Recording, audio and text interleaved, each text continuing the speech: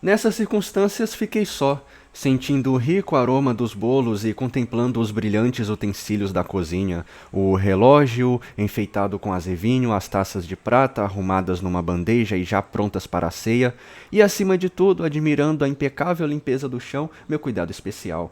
Lembrei-me então de como o velho Earnshaw costumava entrar na cozinha quando tudo já estava em ordem, elogiando o meu trabalho e pondo-me na mão um xelim à guisa de presente de Natal.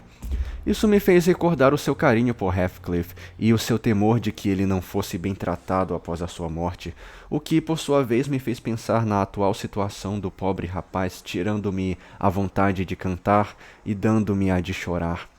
Mas em vez de derramar lágrimas por ele, era melhor procurar remediar a sua situação. Levantei-me e saí à procura dele. Não precisei ir longe. Encontrei-o escovando o lustroso pelo do novo pônei na cavalariça e dando de comer aos outros animais como era seu costume. Apresse-se, Heathcliff, falei.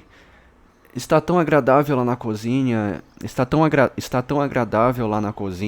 e Joseph está no quarto dele. Vamos, deixe-me pô-lo bonito, antes que Kathy desça. Vocês podem sentar-se diante da lareira e conversar até a hora de dormir. Ele continuou com a sua ocupação sem querer virar a cabeça para mim. Então, você não vem? Insisti. Fiz um bolinho para cada um de vocês e você vai precisar de meia hora para se arrumar. Esperei 5 minutos, mas não recebendo resposta, resolvi ir embora. Catherine ceou com o irmão e a cunhada. Eu e Joseph fizemos uma refeição bem pouco sociável, temperada de censuras por um lado e de impertinência pelo outro. O bolo e o requeijão de Heathcliff ficaram toda a noite na mesa para os duendes. Ele deu um jeito de continuar a trabalhar até às 9 e depois subiu direto para o quarto. Kathy ficou de pé até tarde, pois tinha um mundo de coisas a dispor com relação às visitas dos seus novos amigos. Foi à cozinha falar com o seu velho amigo, mas não o encontrou, e depois de perguntar o que tinha acontecido, foi-se embora. Na manhã seguinte, Heathcliff levantou-se cedo e levou seu mau humor para a Charneca, só voltando quando a família já tinha saído para a igreja. O jejum e a reflexão pareciam ter-lhe feito bem. Andou algum tempo à minha volta e, tendo adquirido coragem suficiente, exclamou de repente: Nelly, dê-me roupa limpa, quero parecer bem. Ótimo, Heathcliff, já não é sem tempo, respondi. Você feriu a pobre Catherine, e talvez ela se arrependa de ter voltado para casa. Até parece que você a inveja por ela ser mais festejada do que você. A ideia de invejar Catherine era compreensível para ele, mas não a ideia de havê-la ferido. Ela disse que estava ferida? Perguntou com um ar muito sério. Chorou quando eu lhe disse que você se tinha ido esta manhã. Ora, eu também chorei ontem à noite, replicou ele, e tinha muito mais razão para chorar do que ela. Sim, a sua razão foi ir para a cama com o coração cheio de orgulho e o estômago vazio, disse eu. As pessoas orgulhosas trazem sofrimento para si mesmas. Mas se você está envergonhado, deve pedir-lhe perdão quando ela voltar da igreja. Deve chegar junto dela e beijá-la e dizer-lhe: Bem, você sabe melhor do que eu o que lhe dizer, mas faça-o sinceramente e não como se a julgasse transformada numa estranha só por andar bem vestida. Agora, embora tenha de fazer o almoço, vou arranjar tempo para arrumá-lo, de modo que Edgar Linton pareça insignificante ao seu lado. O que de fato ele parece. Você é mais novo, mas bem alto e de ombros bem mais largos. Podia derrubá-lo num abrir e fechar de olhos, não acha? O rosto de Heathcliff desanuviou-se um instante, mas logo voltou a cobrir-se e ele suspirou. Nelly, mesmo que eu derrubasse 20 vezes, isso não tornaria menos bonito, nem a mim menos feio. Como eu queria ter o cabelo... Como eu queria ter o cabelo louro e pele clara, vestir-me e comportar-me bem, e ter uma chance de vir e ser tão rico quanto ele. E chorar a toda hora pela mamãe, acrescentei. E tremer ser um garoto do campo... E tremer se... E tremer se um garoto do campo levantasse o punho contra você? e ficar metido em casa sempre que chovesse. Oh, Heathcliff, você está se mostrando bem bobo. Chegue-se para o espelho que eu lhe mostrarei o que você deveria desejar. Está vendo essas duas rugas entre os olhos? E essas sobrancelhas espessas que, em vez de serem arqueadas, parecem afundar no meio? E esses dois demônios negros de tal maneira enterrados que nunca abrem francamente as suas janelas, mas brilham por trás delas? Qual espiões do diabo? Você deve aprender a desfazer essas rugas, a erguer abertamente essas pálpebras e a transformar os demônios em anjos confiantes e inocentes, não suspeitando nem duvidando de nada e vendo sempre amigos onde não se tem certeza de haver inimigos. Não assuma a expressão de um cão danado que só espera do mundo pontapés, embora odeie o mundo e os pontapés pelo que eles lhe fazem sofrer. Por outras palavras, devo desejar os grandes olhos azuis de Edgar Linton e sua testa lisa, retrucou ele. Desejo, mas isso não me serve de nada. Um bom coração ajuda a ter um belo rosto, meu rapaz, continuei, mesmo que a pessoa seja monstruosa. Saiba que um coração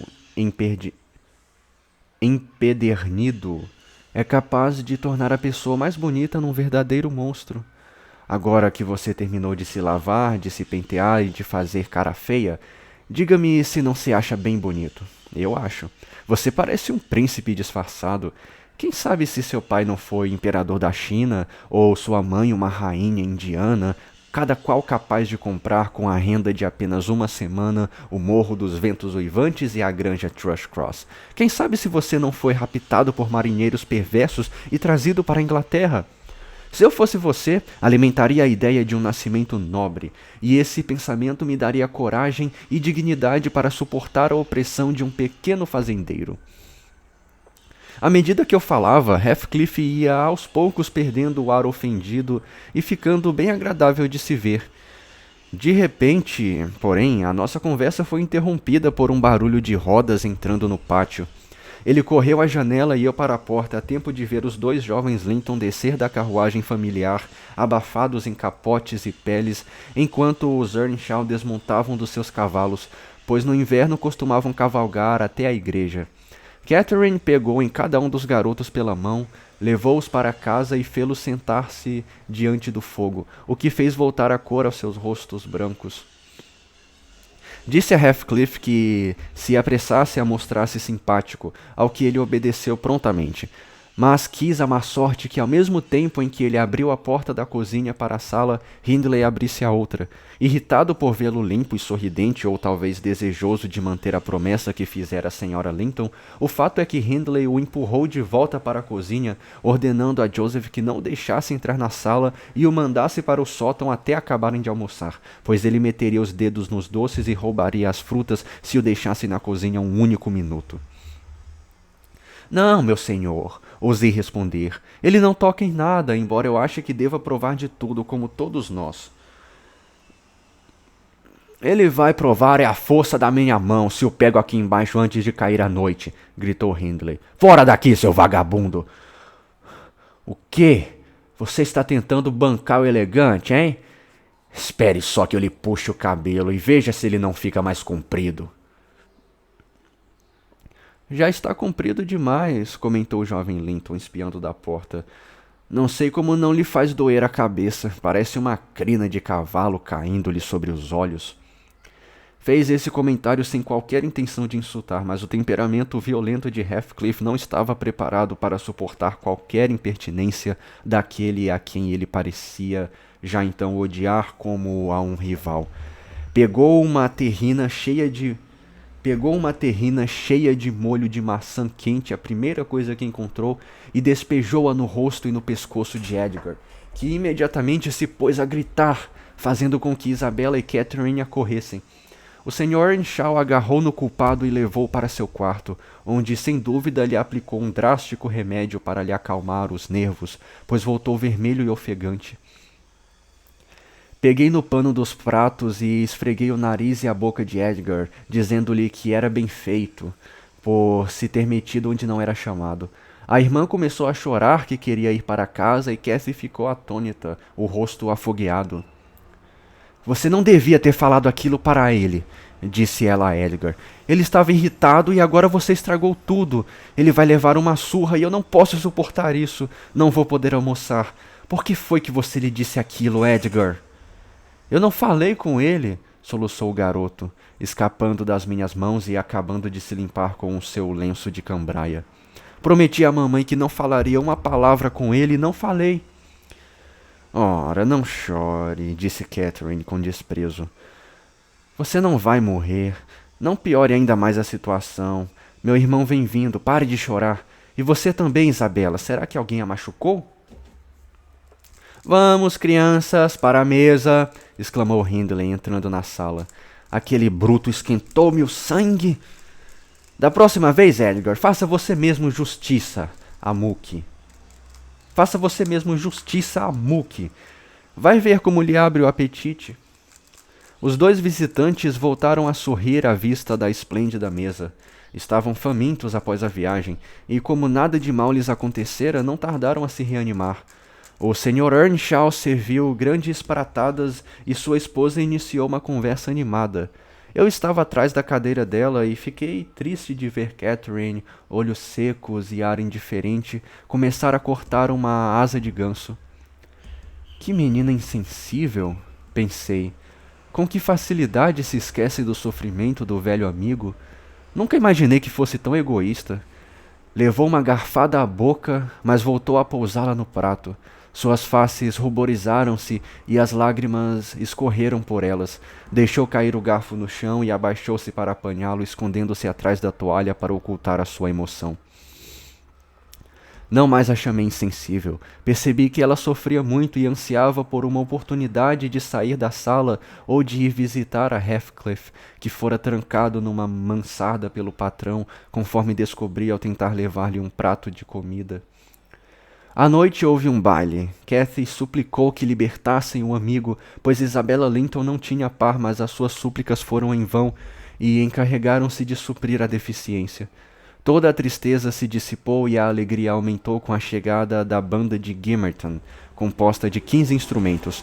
Um trompete, um trombone, clarinetes, fogotes, trompa de pistões e uma viola, além de cantores. Essas bandas costumam percorrer as casas importantes e receber contribuições natalinas.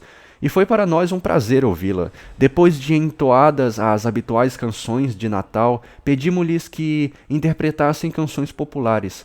A senhora Earnshaw gostava de música e tivemos uma bela noitada. Catherine também gostava de música, mas alegou que soava melhor ouvida do alto da escada e subiu mesmo sem luz. Fui atrás dela. Fecharam a porta embaixo sem dar pela nossa ausência, de tal maneira a sala estava cheia de gente.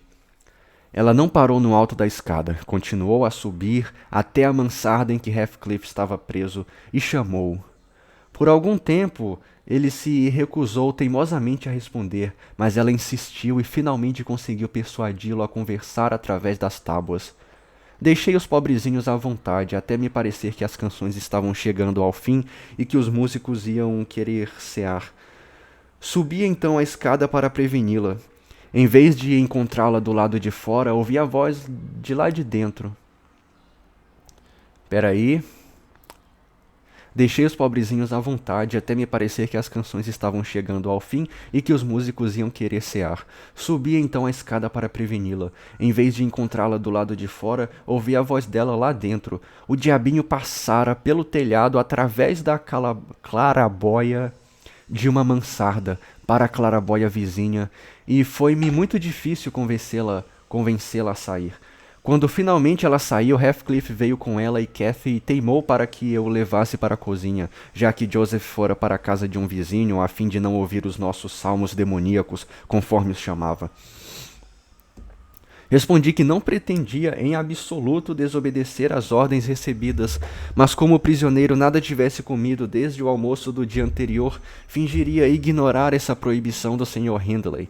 Heathcliff desceu, coloquei-lhe um banco à beira do fogo e ofereci-lhe um monte de coisas gostosas, mas ele estava sem vontade de comer, e todos os meus esforços no sentido de distraí-lo foram por água abaixo. Apoiou os cotovelos nos joelhos e o queixo nas mãos e permaneceu mergulhado em profunda meditação. Quando lhe perguntei em que pensava, respondeu gravemente: Estou tentando imaginar como me vingarei de Hindley. Não me importo de esperar, desde que no fim consiga o que quero. Só espero que ele não morra antes. Que horror, Heathcliff! Exclamei. Cabe a Deus castigar os maus. Nós devemos saber perdoá-los. Não, Deus não terá essa satisfação. Ela será só minha, retrucou ele. Só queria saber qual a melhor maneira. Deixe-me a sós, que preciso pensar. Enquanto penso, não sofro. Mas, Sr. Lockwood, esqueço-me de que tudo isso não lhe pode interessar. Que ideia minha de estar aqui falando sem parar, quando o senhor está cabeceando e o seu mingau está frio. Podia ter contado da história de Heathcliff tudo quanto o senhor precisa saber em meia dúzia de palavras. Assim dizendo, a governanta... Finalmente acabou isso daqui, hein, cara? Assim dizendo, a governanta levantou-se e começou a arrumar a sua costura, mas eu não tinha coragem de me afastar da lareira e estava muito longe de cabecear.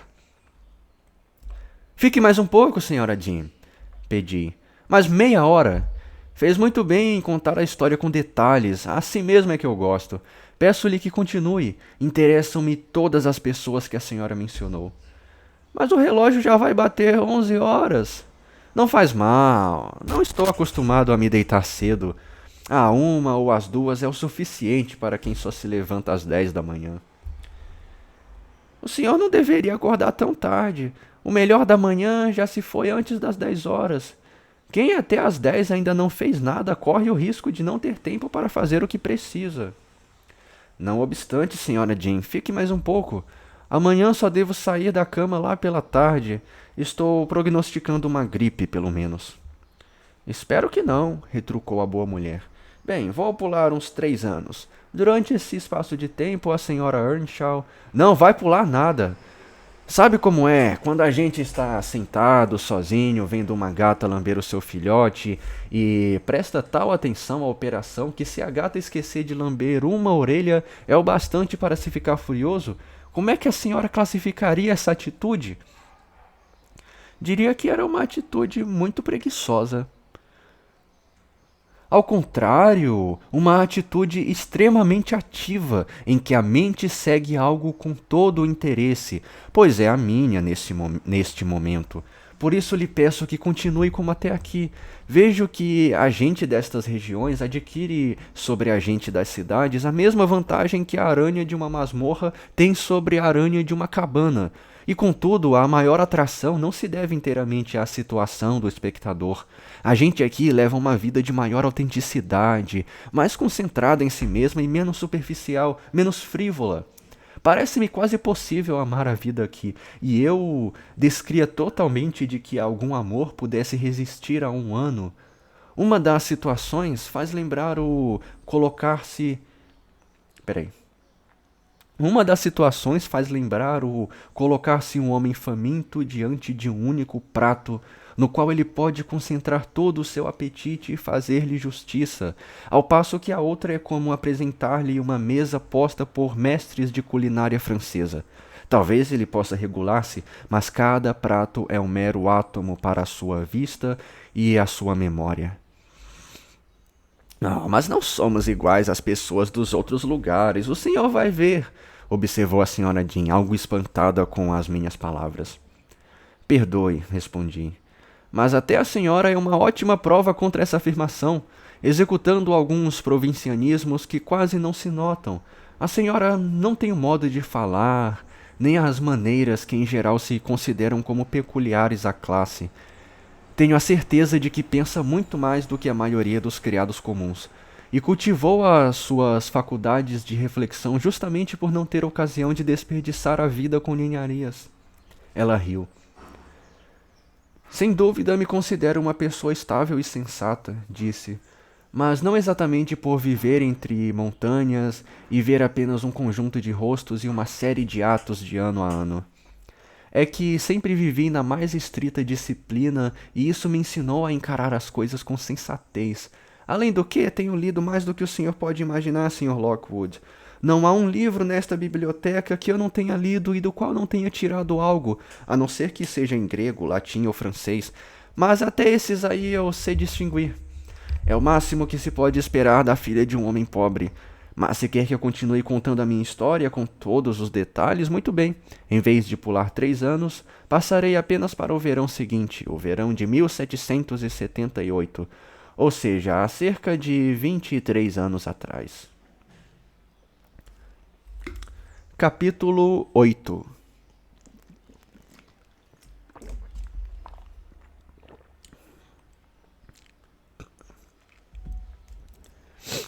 Numa bela manhã de junho nasceu o primeiro bebezinho de quem tive de cuidar e último rebento do velho ramo dos Earnshaw.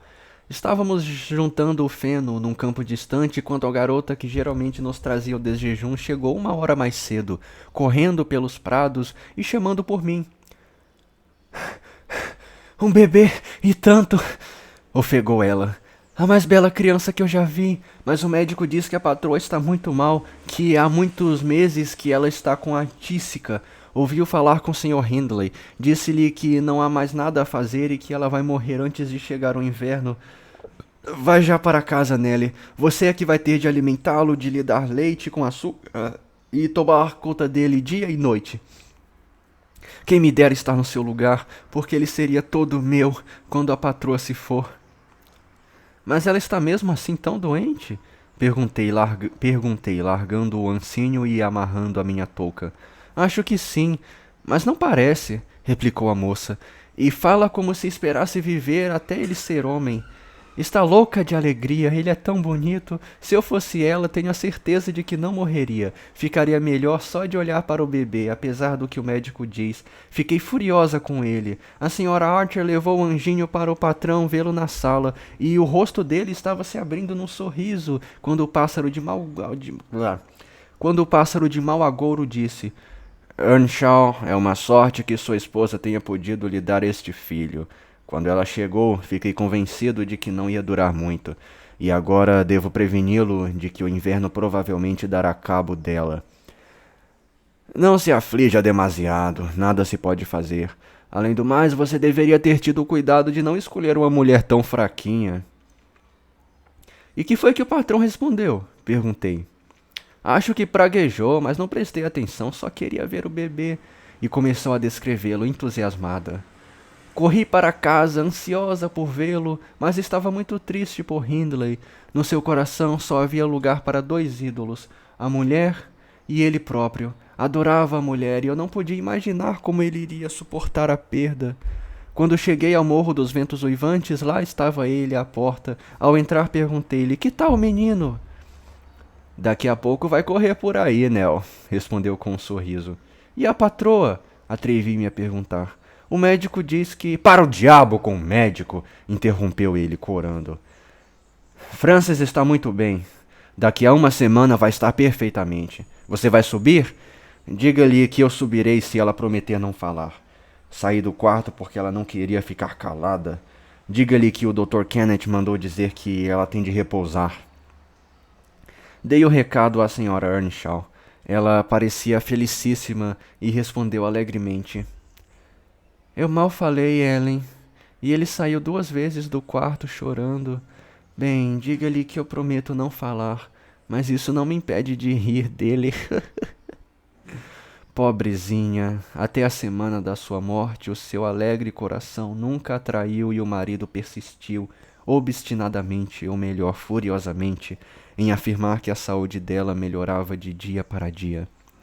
Quando o Dr. Kenneth lhe disse que os remédios eram inúteis naquela fase da doença e que não precisava gastar mais dinheiro com ele, Hindley retrucou. Bem, sei que não é preciso. Ela está bem e não necessita mais do seu atendimento. Nunca esteve tísica. Foi só uma febre, mas já acabou. O pulso dela está agora tão lento quanto o meu e as suas faces tão frescas quanto as minhas. Dizia a mesma coisa à esposa, e ela parecia acreditar nele. Mas uma noite, quando apoiada ao ombro dele, ela lhe dizia que talvez pudesse levantar-se no dia seguinte, um acesso de tosse, um acesso bem leve, sacudiu-a. Ele a tomou no colo. Ela lhe enlaçou o pescoço, o rosto transfigurado e, coitadinha, morreu.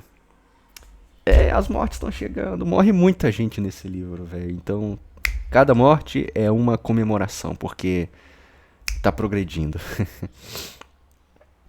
Conforme a garota tinha antecipado, o pequenino Harrington Earnshaw, Um cara que tem uma voz mais ou menos assim, ó, que eu dei pra ele. o pequenino Harrington ficou inteiramente aos meus cuidados. Desde que o visse com saúde e não o ouvisse chorar, o Sr. Earnshaw estava satisfeito quanto ao filho. Quanto a si próprio, estava desesperado. O seu sofrimento era do tipo que não se lamenta, nem chorava, nem rezava. Amaldiçoava e desafiava, maldizia Deus e os homens e entregava-se a todas as dissipações. Os criados não suportaram por muito tempo o seu comportamento amargurado e tirânico. Joseph e eu fomos os únicos a ficar.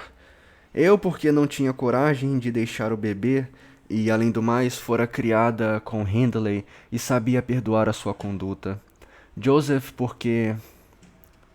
Tá, Joseph e eu fomos os únicos a ficar. Eu, porque não tinha coragem de deixar o bebê, e além do mais, fora criada com Hindley e sabia perdoar a sua conduta. Joseph, porque podia mandar à vontade nos rendeiros e nos trabalhadores, e porque a sua vocação era estar onde houvesse muita impiedade a censurar. Ah, o Joseph é aquele. Conheço. Os maus modos e as más companhias do patrão eram um péssimo exemplo para Catherine Heathcliff. A maneira como ele tratava este último era suficiente para transformar um santo num demônio. E, na verdade, parecia que o rapaz estivesse possuído de algo demoníaco durante esse período. Comprazia-se em ver Hindley desagradar-se cada vez mais e dia a dia se tornava mais conhecido pelo mau gênio e pela ferocidade. Não lhe posso descrever o ambiente infernal que tínhamos em casa. O cura deixou de visitar-nos por fim. Ninguém decente se aproximava de nós. A única exceção eram as visitas que Edgar Linton fazia a Cathy. Aos 15 anos, ela era a rainha da região. Não havia moça que se comparasse a ela. Ela sabia disso e tornava-se uma criatura altaneira e voluntariosa. Confesso que não gostava dela, agora que já não era mais criança. Ponto. E vírgula. Censurava frequentemente, tentando corrigir-lhe a arrogância. Mas ela nunca mostrou aversão a mim.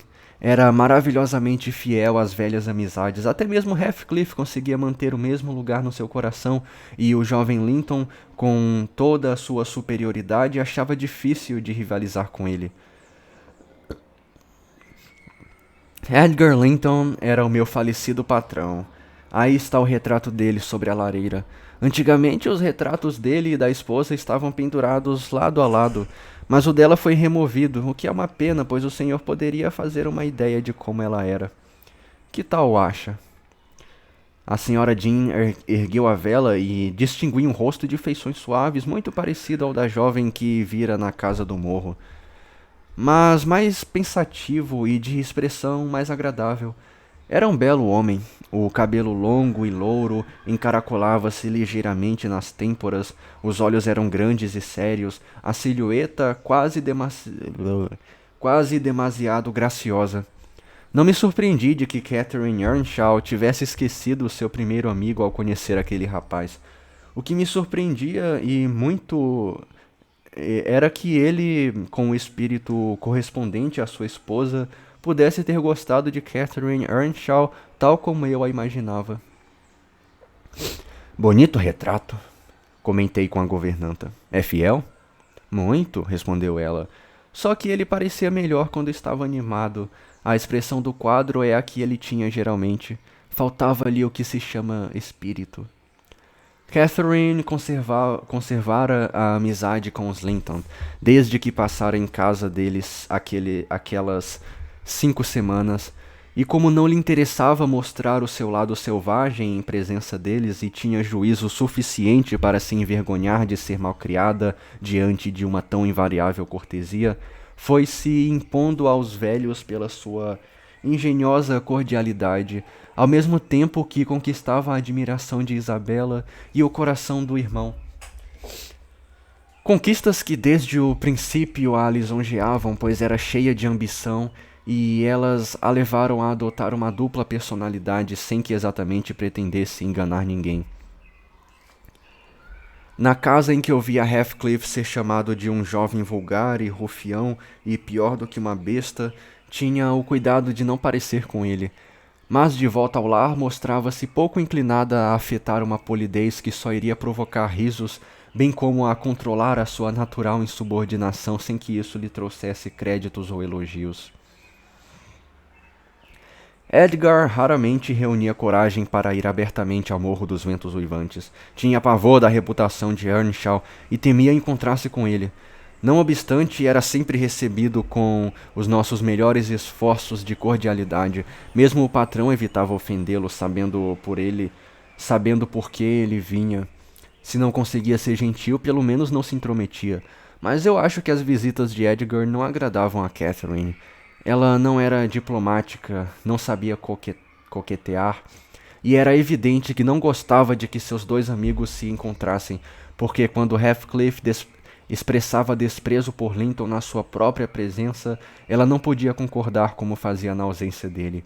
E quando Linton evidenciava antipatia e repugnância por Heathcliff, ela não ousava tratar os seus sentimentos com indiferença, como se a depreciação do seu companheiro de infância fosse de pouca importância para ela. Muitas vezes ria das suas perplexidades e dilemas secretos que ela em vão tentava esconder de mim. Isso parece pouco generoso da minha parte, mas ela era tão orgulhosa que era impossível sentir pena dela, enquanto não aprendesse a ser um pouco mais humilde. Por fim passou a confiar em mim, pois não havia outra pessoa a quem ela pudesse pedir conselhos. Uma tarde em que o Sr. Hindley havia saído, Heathcliff resolveu aproveitar para dar a si próprio uma folga. Contava nessa altura, creio que 16 anos, e embora não tivesse feições más ou fosse de inteligência deficiente, todo ele suscitava uma repulsa física e mental que a sua atual aparência não mais provoca. Em primeiro lugar, tinha por esse tempo esquecido quase tudo o que aprendera. O trabalho duro e contínuo, começando cedo e terminando tarde, extinguira nele toda a curiosidade que antes mostrara quanto a aprender coisas novas e todo o interesse que tinha pelos livros ou por aprender. O seu antigo senso de superioridade, nele instilado pela preferência do falecido Sr. Earnshaw, havia desaparecido. Durante muito tempo ele se esforçava por manter-se a par de Catherine nos estudos e acabara rendendo-se com um desgosto profundo, embora silencioso, mas rendera-se completamente e não havia como insistir com ele para que lutasse por progredir, quando ele sentia que tinha afundado tanto. A sua aparência não tardou a acompanhar essa determinação mental. Adquiriu um andar encurvado e um aspecto ignóbil. A sua maneira de ser, já de si reservada, tornou-se exageradamente e quase que estupidamente insociável, além do que parecia ter um prazer estranho em provocar a aversão e não a estima das poucas pessoas que com ele tratavam. Ele e Catherine continuavam a ser companheiros constantes, sempre que Heathcliff tinha algum descanso do trabalho, mas ele cessara de expressar por palavras a sua amizade por ela, e rechaçava com ar de suspeita os carinhos que ela lhe fazia, como se consciente de que não podia haver satisfação em mostrar-lhe tanto afeto. Na tarde já mencionada, entrou na sala para anunciar a sua intenção de tirar uma folga quando eu ajudava Cathy a se arrumar. Ela não contara com essa ideia dele e, imaginando que ficaria a sós, conseguiria, não sei como, informar Edgar da ausência do irmão e estava a preparar-se para recebê-lo. Cathy, você vai fazer alguma coisa esta tarde? Perguntou Heathcliff. Vai a algum lugar? Não, está chovendo, respondeu ela. Então para que botou esse vestido de seda? Insistiu ele.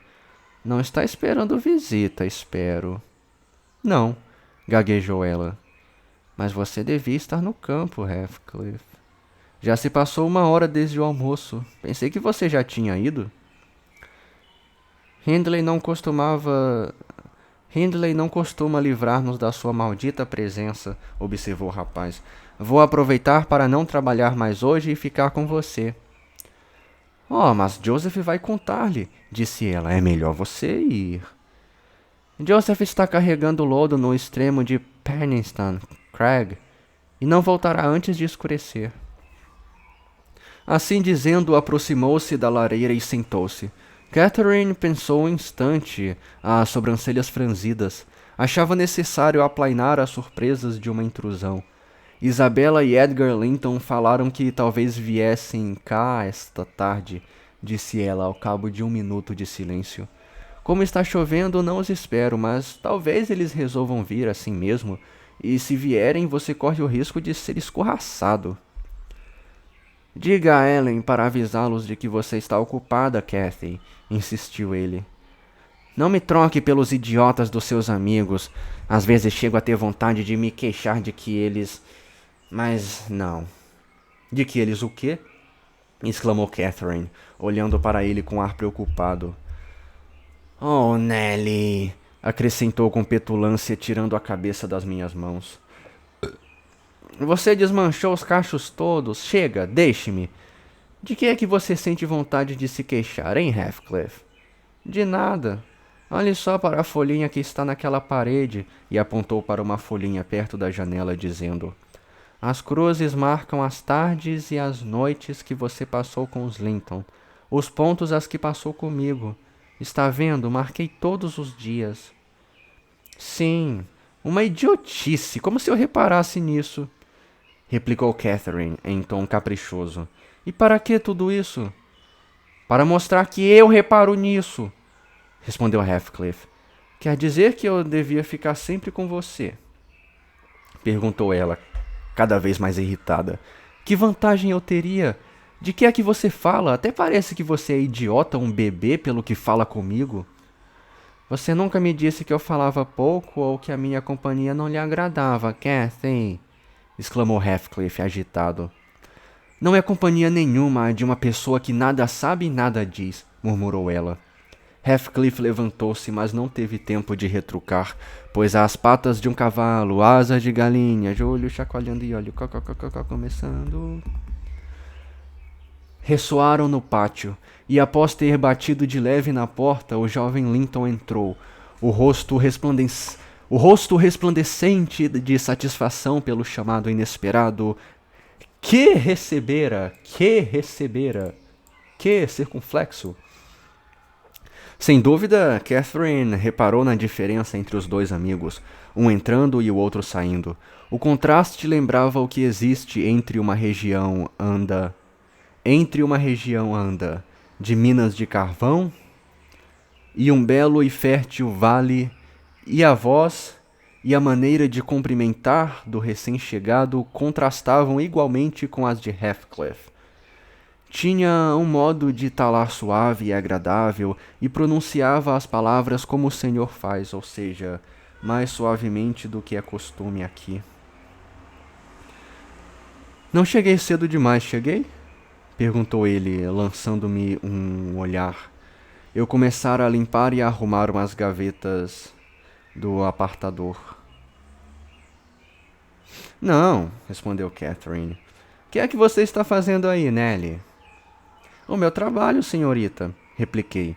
O senhor Hindley dera-me ordens para estar sempre presente durante as visitas que Linton fizesse. Ela se aproximou de mim e sussurrou irritada. Ponha-se daqui para fora, você e mais os seus espanadores. Quando há visitas na sala, os criados não têm nada que limpar. Estou aproveitando que o patrão não está em casa, respondi em voz alta. Ele detesta ver-me limpar na sua presença. Tenho a certeza de que o Sr. Edgar vai me desculpar. Pois eu também detesto ver você limpar na minha presença, exclamou a jovem imperativamente, não dando ao rapaz a oportunidade de responder. Ainda não recuperara a calma após a sua discussão com Heathcliff. Lamento muito, senhorita, respondi, e continuei com o que estava fazendo. Supondo que Edgar não a pudesse ver, Catherine arrancou-me a flanela da mão e beliscou-me com toda a fúria no braço. Já lhe disse que não gostava dela e sentia satisfação em mortificá-la de vez em quando. Além disso, o beliscão doeu muito. Levantei-me e gritei: "Oh, senhorita, isso não se faz! Não tenho o direito de me beliscar e não vou tolerar isso!" "Eu não lhe toquei, sua mentirosa!" retrucou ela, os dedos prontos para me beliscar de novo e as orelhas vermelhas de raiva. Nunca conseguia esconder as suas fúrias, ficava sempre rubra como um pimentão. "Que é isto, então?" repliquei, mostrando a marca roxa que ela me fizera no braço. Ela bateu com o pé, hesitou um momento e, depois, impelida pela ira, esbofeteou-me, uma bofetada que fez com que as lágrimas me viessem aos olhos. "Catherine, meu bem, Catherine!" interveio Linton, chocado com a demonstração de mentira e violência que o seu ídolo fizera. "Saia da sala, Ellen!" repetiu ela, tremendo dos pés à cabeça. O pequeno Harrington, que me seguia para todo lado e estava sentado perto de mim no chão vendo as minhas lágrimas, começou a chorar e a soluçar contra a má tia Cathy, o que atraiu a fúria dela para cima do inocente. Cathy pegou pelos ombros e sacudiu até a criança ficar lívida de medo. Edgar correu a lhe agarrar as mãos para obrigá-la a soltá-lo. Conseguiu soltar uma, mas o atônito jovem não tardou a senti-la cair com toda a força no seu próprio ouvido. Recuou, consternado. Tomei Harrington ao colo e dirigi-me com ele para a cozinha, deixando a porta aberta, pois estava curiosa de ver como acabaria aquilo. O insultado visitante aproximou-se do lugar onde deixara o chapéu, pálido e com o lábio trêmulo. "Ótimo", pensei comigo mesma. "Aceite o aviso e vá-se embora. Foi uma sorte ter tido a oportunidade de ver como ela é na realidade." "Aonde é que você vai?" perguntou Catherine, avançando para a porta. Ele se desviou dela e tentou passar. "Você não pode ir embora!" exclamou ela com energia. "Vou sim", replicou ele num fio de voz. "Não!" insistiu ela, agarrando a maçaneta. "Não pode ir já! Edgar Linton, sente-se! Você não pode deixar-me neste estado. Passarei toda a noite sem dormir e não quero ficar sem dormir por sua culpa." "Mas como é que eu posso ficar se você me bateu?" perguntou Linton. Catherine não respondeu. "Fez-me sentir medo e vergonha de você, Catherine", continuou ele. "Não voltarei mais aqui." Os olhos dela começaram a brilhar e as pálpebras a tremular. "Além disso, você mentiu deliberadamente", acusou ele. "Não", exclamou ela, recobrando a fala. "Não fiz nada deliberadamente. Está bem, vá-se embora se quiser. Vá logo! Deixe-me chorar agora. Deixe-me chorar até adoecer." Deixou-se cair de joelhos perto de uma cadeira e começou a chorar desconsoladamente. Edgar persistiu na sua decisão até chegar ao pátio. Lá pareceu hesitar. Resolvi encorajá-lo. "Ela é terrivelmente caprichosa", disse-lhe. "Pior do que uma criança mimada. É melhor o senhor voltar logo para casa ou ela adoecerá só para nos preocupar." O pobre rapaz olhou pela janela. Tinha tanta força de vontade quanto um bebê recém-nascido. "Ah", pensei, "não há mais salvação para ele. Está condenado irremediavelmente." E assim foi. Voltou-se abruptamente, correu para a casa e fechou a porta atrás de si. Quando eu entrei na sala, pouco depois, para avisá-los de que Earnshaw voltara bêbado, voltara bêbado, perdido e disposto a brigar com todo mundo, sua reação habitual quando embriagado, percebi que a contenda resultara apenas numa maior intimidade. Rompera toda a timidez e permitira-lhes pôr de lado o disfarce da amizade e confessarem a sua condição de namorados? What? A notícia de que o Sr. Hindley tinha chegado fez com que Linton corresse para o seu cavalo e Catherine para o quarto. Por minha parte, corri a esconder o pequeno Harrington e a tirar as balas da caçadeira do patrão, que costumava dispará-la a esmo quando ébrio, pondo em risco a vida de quem se metesse na sua frente ou mesmo lhe atraísse demasiado a atenção. Capítulo 9.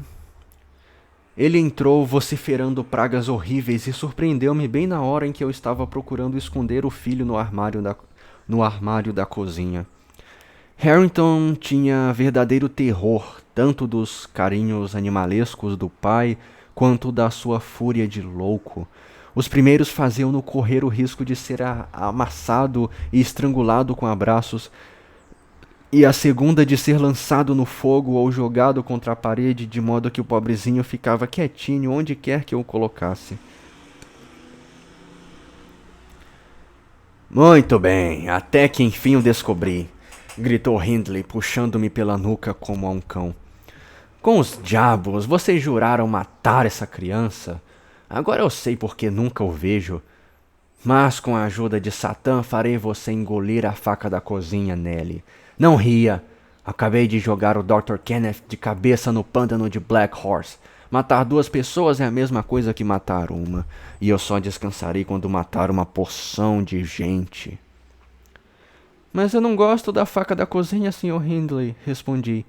Preferia ser morta a tiro. Vá para o inferno, respondeu ele. Aliás, é para onde você vai mesmo. Não há lei na Inglaterra que proíba um homem de manter a sua casa decente, e a minha é abominável. Abra a boca. Pegou na faca e introduziu a sua ponta entre os meus dentes. Acontece que eu não tinha medo das suas maluquices. Cuspi fora a faca e afirmei que ela tinha um gosto horrível e que de maneira alguma a engoliria. Oh! Exclamou ele, soltando-me. Agora estou vendo que esse horrível fedelho não é Harrington. Desculpe-me, Nelly. Se fosse, merecia ser esfolado vivo por não ter corrido a dar-me as boas-vindas e por gritar como se eu fosse um monstro. Filho desnaturado, venha cá! Vou lhe ensinar a enganar um pobre pai iludido. Você não acha, Nelly, que o garoto ficaria melhor tosquiado? Torna os cachorros mais bravos e eu gosto de braveza. Vá me buscar uma tesoura. Além do mais, é uma afetação dos diabos, uma vaidade infernal estimarmos as nossas orelhas. Já somos burros de sobra sem elas. Calado, garoto, calado! Então é o meu querido ou não é? Enxugue os olhos. Pronto. Agora um beijo. O quê? Não quer me dar um beijo? Beije-me, Harrington, por Deus. Como eu fui gerar um tal monstro, juro que acabo lhe quebrando o pescoço. O pobre Harrington debatia-se com toda a sua força nos braços do pai, e os seus gritos redobraram de intensidade quando se viu carregado escada acima e erguido sobre o corrimão. Corri a tirar-lhe a criança, dizendo-lhe que ainda a mataria de pavor. Quando cheguei perto deles, Hindley debruçou-se por sobre o corrimão para ouvir um som que vinha de baixo, quase esquecendo o que tinha nas mãos.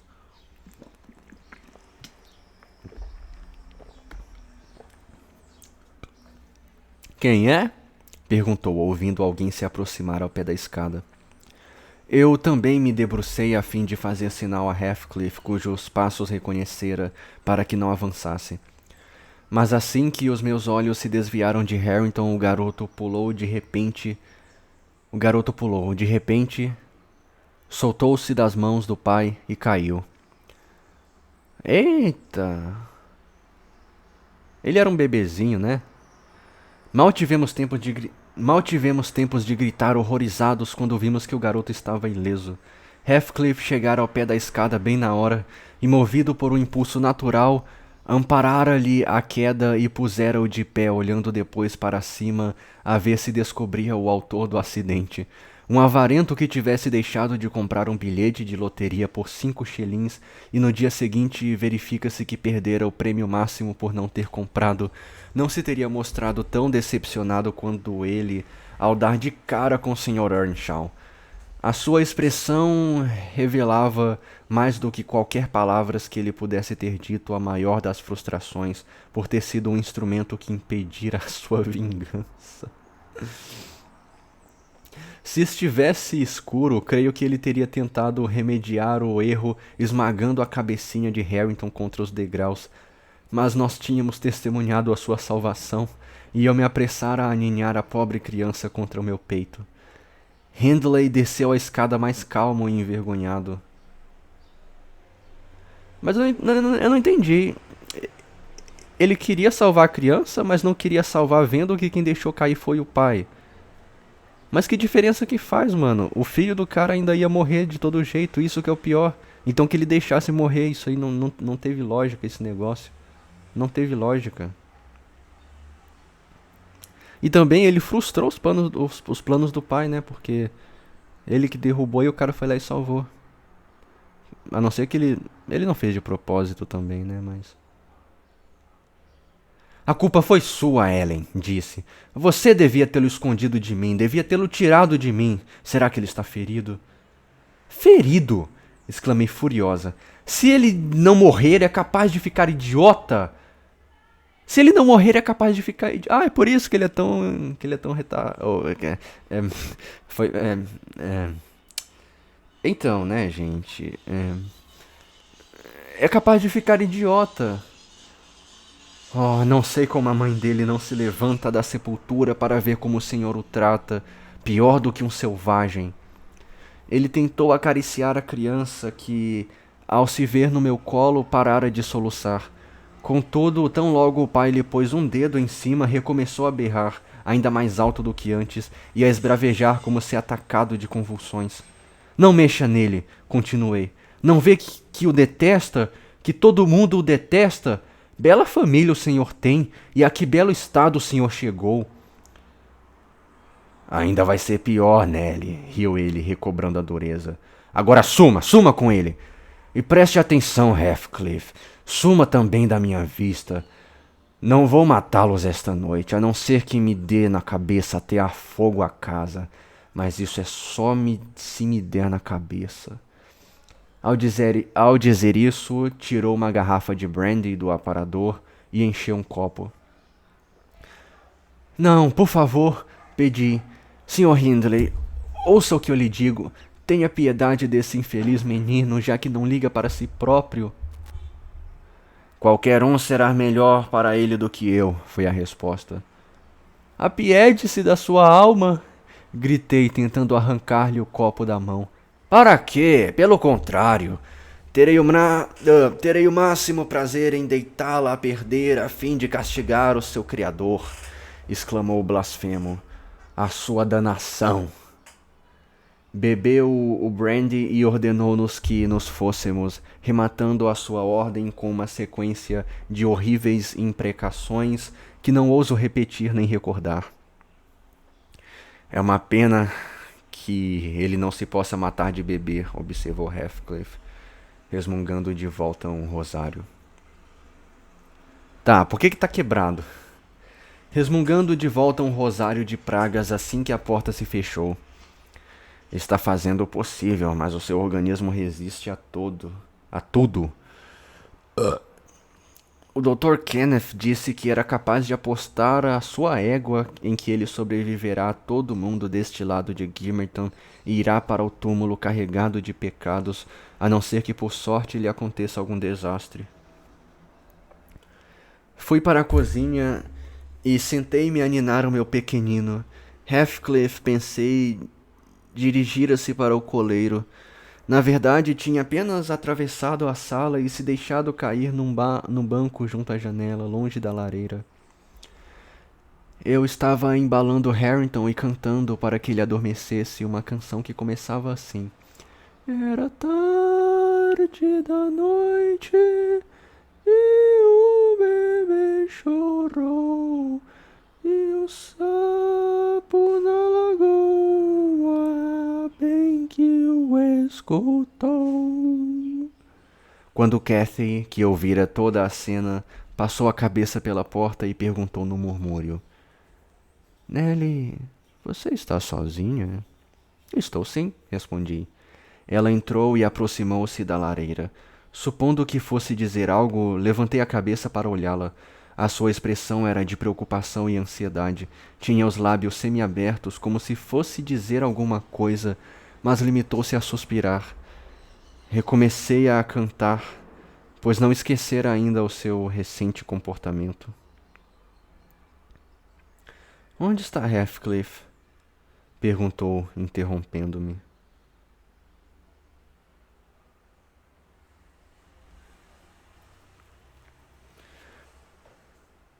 Trabalhando na cavalariça, repliquei. Ele não me contradisse.